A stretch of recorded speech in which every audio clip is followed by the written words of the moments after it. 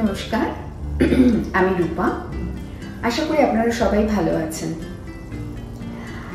আজকে আমি আপনাদের সাথে একটা অন্য বিষয় নিয়ে কথা বলবো, যেটা হলো গিয়ে আমাদের এই সমাজে প্রত্যেক নাগরিকের কিন্তু সুস্থভাবে চলাফেরা করার বা বাঁচার অধিকার আছে। আপনারা হয়তো ভাবছেন যে আমি কেন বলছি এই কথাগুলো। হ্যাঁ, কারণ তো কিছু নিশ্চয়ই আছে, এবং এই কথাগুলো আপনাদের সাথে আলোচনা করার পরে আপনারা এটাকে খুব সামান্য ব্যাপার হিসেবে নিতে পারেন, কিন্তু যদি এটাকে ভালোভাবে চিন্তা ভাবনা করা হয় তাহলে কিন্তু এটা সামান্য নয়। আমরা হিউম্যান রাইটস ডিফেন্ডার্সের তরফ থেকে এই বিষয়ের উপরে আগামীতে প্রচার করব, তাই আপনাদের সাথে কিছু কথা আমি শেয়ার করতে চাই। এতদিন ধরে তো আপনাদের সাথে অনেক কথাই আমার হলো, এবার একটুখানি অন্যরকম বিষয়ে আসি। যেমন ধরুন, আমরা প্রতিনিয়ত রাস্তাঘাটে বেরোলে পরে অনেক কিছু আমাদের চোখে পড়ে।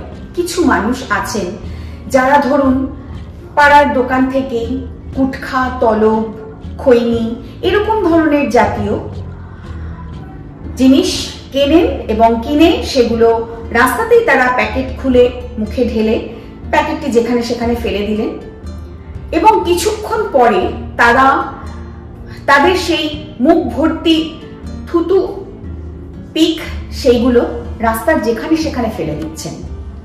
কারোর বাড়ির দেওয়ালে, রাস্তায়, যেখানে খুশি তারা ফেলছেন, এবং তারা এমন একটা ভাব করছেন যেন এটা তাদের অধিকার।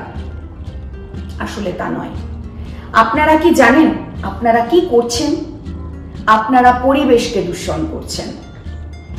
এই যে আপনারা রাস্তাঘাটে যেখানে সেখানে এই থুতুগুলো ফেলছেন, এতে কিন্তু বিষাক্ত জীবাণু আমাদের বাতাসে ছড়িয়ে পড়ছে, এবং এগুলোর থেকে প্রচুর মানুষ ক্ষতিগ্রস্ত হচ্ছে।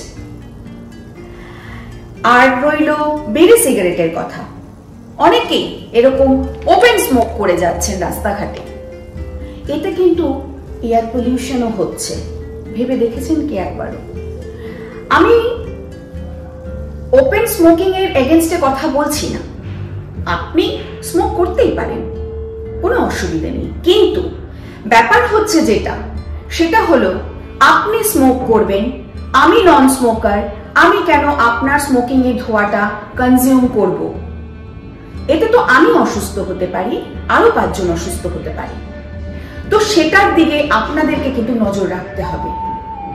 আমরা আগামীতে এই ওপেন স্মোকিং নিয়ে গভর্নমেন্টের কাছে একটা আর্জি জানাবো যাতে এটাকে স্টপ করা হয়। তাই আপনাদেরকে রিকোয়েস্ট করব যে আপনারা প্লিজ এইগুলোর ব্যাপারে একটু সচেতন হন। তবে এই সচেতনতা কিন্তু সকলকে মিলে করতে হবে, তাহলেই কিন্তু সমাজের একটা পরিবর্তন আসবে। যাই হোক, আপনাদেরকে অনেক কথা বললাম, আজ আর বেশি কথা বাড়াবো না। আজ এটুকুই, আগামীতে আবার আসবো। আজকের জন্য এটুকুই। নমস্কার।